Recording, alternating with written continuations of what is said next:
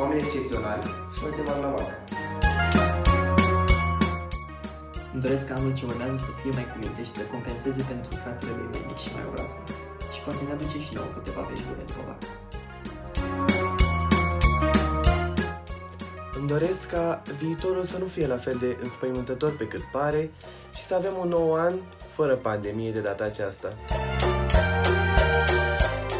Să aveți sărbători de vis și mult spirit unirist.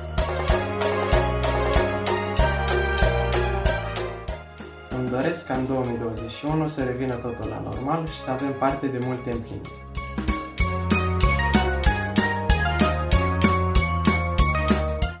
Mi-aș dori să privim cu optimism anul viitor, pentru că va fi mult mai bun decât cel care se întâmplă acum.